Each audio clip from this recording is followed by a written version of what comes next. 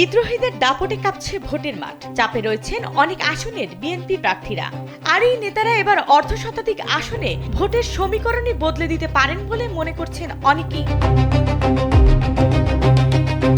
এর মধ্যে অন্তত 20 থেকে 25টি আসনে শক্ত অবস্থানে রয়েছেন তারা, যার ফলে সংশ্লিষ্ট এলাকাগুলোতে তৃণমূল কার্যত বিভক্ত রয়েছে।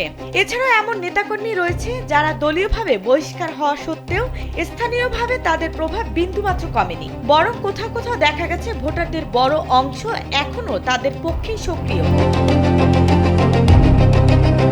ত্রয়োদশ জাতীয় সংসদ নির্বাচনে বিএনপি 292টি আসনে প্রার্থী দিলেও সমঝোতার ভিত্তিতে 17টি আসন শরিকদের ছেড়ে দেওয়া হয়েছে।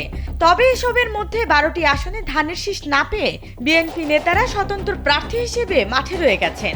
তবে এ পর্যন্ত 71 জনকে বহিষ্কার করা হয়েছে। পাশাপাশি শতাধিক নেতাকর্মীর বিরুদ্ধেও সাংগঠনিক ব্যবস্থা নেওয়া হয়েছে।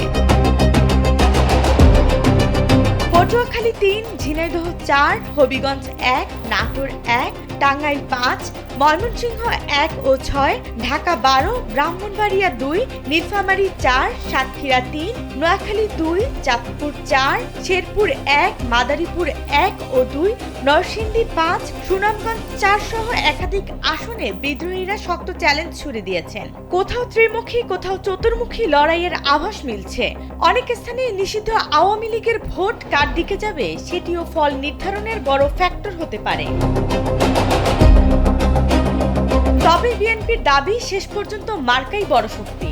রাজনৈতিক বিশ্লেষকরাও বলছেন, দু একটি আসনে স্বতন্ত্ররা চমক দেখালেও বেশিরভাগ ক্ষেত্রে প্রতীকের প্রভাবই নির্ধারক হতে পারে। একই সঙ্গে বিদ্রোহীদের রাজনৈতিক ভবিষ্যৎও অনিশ্চিত হয়ে পড়তে পারে বলে মত তাদের। রূপা আক্তার, কালবেলা।